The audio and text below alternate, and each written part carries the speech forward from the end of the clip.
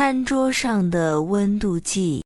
马克是一个在中国生活了2年的美国年轻人，他的中文已经相当不错，能流利的对话，也渐渐习惯了这里的生活。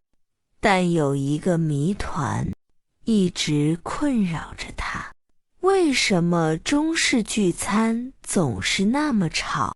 在他家乡，餐厅里的交谈声像是低沉的背景音乐，人们微笑着，轻声细语。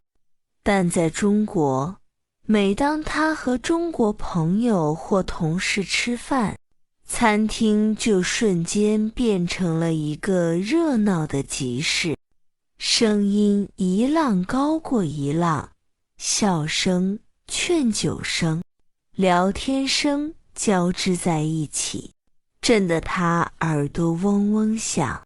他常常觉得自己得像一只警惕的兔子，竖起耳朵，才能在声浪中捕捉到同桌人对他说的话。这个周五，马克的同事兼好友王强邀请他去家里吃饭，说是家庭聚餐，让他别客气，就像回自己家一样。马克既期待又有点紧张，他不知道在家庭环境里，这种吵闹是会减轻，还是会变本加厉。他准时到了王强家，王强的父母、姐姐、姐夫和小侄子都在。一进门，一股温暖的气息和饭菜的香味就扑面而来。王妈妈热情地招呼他：“马克来啦，快进来，快进来，就当自己家啊。”声音洪亮而亲切。起初，大家还比较客气，围着马克问长问短。但等菜一盘盘端上桌，巨大的圆形餐桌被摆得满满当当时，气氛开始升温了。王爸爸端起酒杯，声音浑厚地说：“来，马克，欢迎你来家里做客。第一杯，我们一起干了。”这声音不像是在对他一个人说，倒像是在向全桌人宣告。紧接着，各种声音开始像烟花一样在餐桌上空绽放。姐，你尝尝这个鱼，妈今天做的绝了。王强对姐姐喊道，声音越过整个餐桌。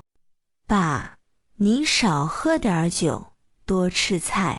姐姐扭过头，提高了嗓门提醒正兴高采烈的王爸爸：“宝贝，快吃这个排骨，长高高。”王妈妈几乎是用喊的，把一块最大的排骨夹到小侄子的碗里。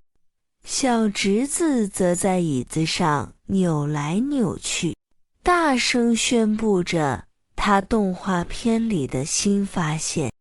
马克感到熟悉的声浪再次将他包围，他试图和王强聊天，但他们的对话总被其他人的插话、大笑或突然的关心打断。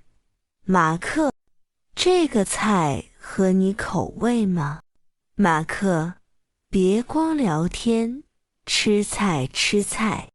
就在他努力适应这纷乱的交响乐时，他注意到了王强一家人脸上的表情，没有一个人因为音量高而显出一丝不快。王爸爸的脸红扑扑的，笑容就没停过。王妈妈看着满桌的儿女，眼里全是满足。王强和姐姐正为一件童年趣事笑得前仰后合。马克忽然意识到，在这种吵闹里，他听不到愤怒和冲突，听到的只有一种东西：热情。他想起了在美国的聚餐，大家也很愉快，但每个人更多的是和自己左右，两边的人低声交谈，像一个有序的小组讨论。而在这里，仿佛所有人都在同时和所有人交流。这种交流不需要排队，不需要压低声音，它就像桌上的饭菜一样，是大家共享的。提高音量不是为了压过对方，而是为了把自己的关心和喜悦毫无保留地投射到餐桌的每一个角落。吵闹在这里变成了一种衡量温度的工具，音量越高，似乎代表着气氛越热烈，感情越融洽。劝你多吃一口菜，声音里是生怕你客气，怕你吃不饱的关心，隔着桌子和你聊天。提高嗓门是为了让你感受到你没有被冷落在角落，那阵阵爽朗的笑声是在告诉桌上的每一个人，看，我们在一起多么快乐。想到这里，马克心里那个困扰他2年的谜团突然解开了。中式聚餐的吵原来不是噪音，而是一种独特的社交文化，它是一种共享的、外向的、充满生命力的情感表达。在这种环境里，安静反而可能意味着冷淡和疏远。他不再努力去捕捉每一个字，也不再试图维持1对1的谈话。他放松下来，学着融入这片声浪。当王妈妈又一次大声让他吃菜时，他也用比平时大很多的声音，开心地回应：谢谢阿姨，特别好吃，我吃了好多了。王妈妈听到他响亮的回答，脸上的笑容像花儿一样绽开，仿佛在说：这孩子真不拿自己当外人。马克也笑了，他终于明白，在这个温暖的屋子里，这份震耳欲聋的吵闹其实就是家和团圆最生动、最响亮的声音。它测量出的是人与人之间最滚烫的温度。